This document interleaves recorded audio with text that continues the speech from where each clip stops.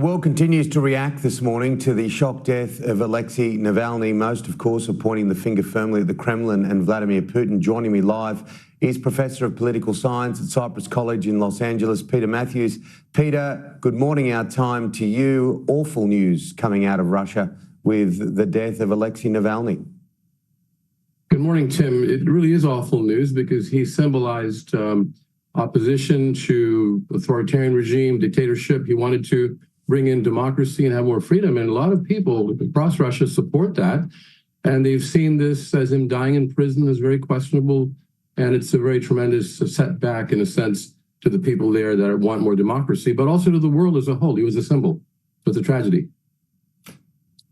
Yeah, absolutely. Absolutely. Now, look, there's plenty happening in the US itself. Donald Trump, again in court, again, he's had a loss. What did you make of that huge, what was it, $500 million that he has to pay?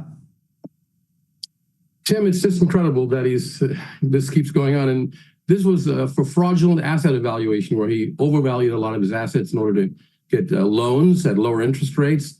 And that was considered to be defrauding. And so the judgment was for $355 million from his own pocket alone.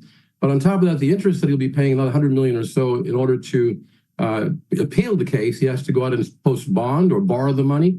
There's something else, Tim, I want to talk about. There's a danger that someone who is in a very high position of having classified information available to them, as the president will be, if he's elected, if this president's elected, if he has to go out and borrow money or do business deals to get that $300 or $400 million, plus don't forget the $83 million for the case against E.G. and Carroll is going to be awarded. That's a lot of money, as you said, $500 million or so.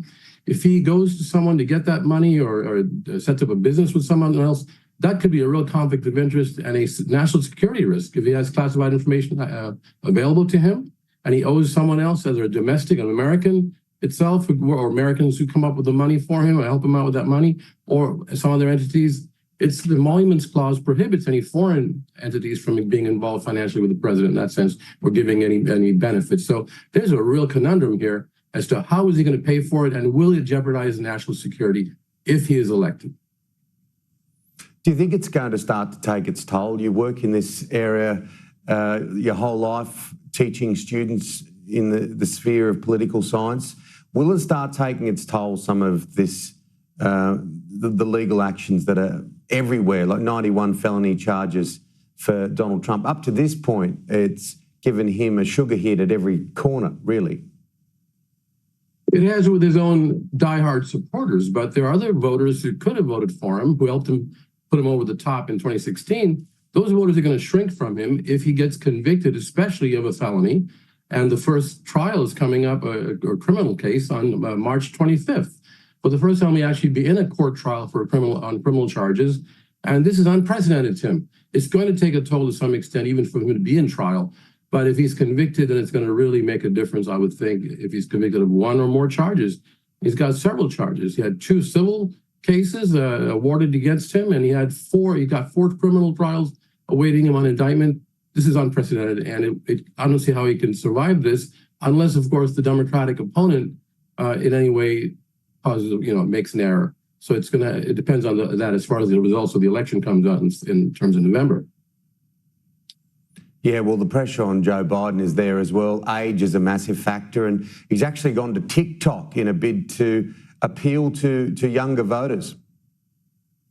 Yes, indeed. I'm on TikTok because I'm on the media, but President Biden, for the first time, we had a president who's actually gone on TikTok, where he's got an account now for his campaign, and he is trying to appeal to younger voters, and there are millions of them on that TikTok, as you know.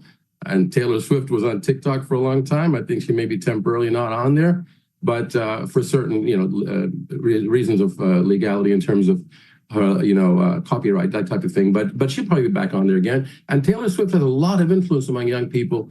And if she tells her followers to support Biden in the end, if she ends up endorsing him, that can make a huge difference. And I think that's why President Biden went on TikTok to start with. He has to reach those young people whom he's lost. He's lost them, many of them, especially in the state of Michigan, based on some of his policies in the Middle East.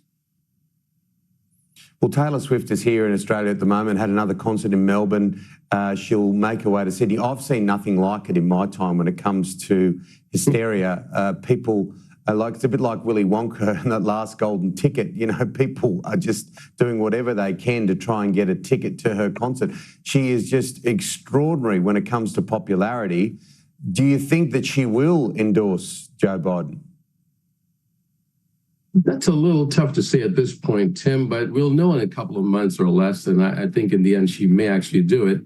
But again, she's so popular. She's far more popular now than she was back in 2020, although she was popular then as well. When she did endorse him in 2020. I think it made a difference. So it's hard to say whether she'll do it or not. But I think if I had to make an educated guess, I think she probably will in the end. And that could give him a big boost. But it's phenomenal, isn't it? What she did in Australia, the concerts there, and all over the world when she has concerts. I mean, she pumps in millions of dollars in the local economies, not to mention the fun and pleasure she gives the audiences with her performances. And she is a person with a social conscience. She has spoken on public issues, on political issues, socially minded, and gives a lot of charity to people who are underprivileged and underfunded. She's quite an impressive human being in many ways, in my view.